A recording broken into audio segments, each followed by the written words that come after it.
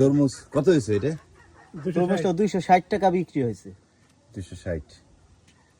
ভ্যানে করে গ্রামে বিক্রি হচ্ছে তরমুজ। ভাই দেন তাহলে দেখি কি অবস্থা। বিসমিল্লাহ ভাই, বিসমিল্লাহ। বিসমিল্লাহ। আল্লাহ ভরসা। খুব বেশি লাগবে না। তরমুজের ভাবে কয় লাল, তরমুজের ভাবে কয় লাল, ভিতরে কি আছে আল্লাহ জানে। কাঁচামাল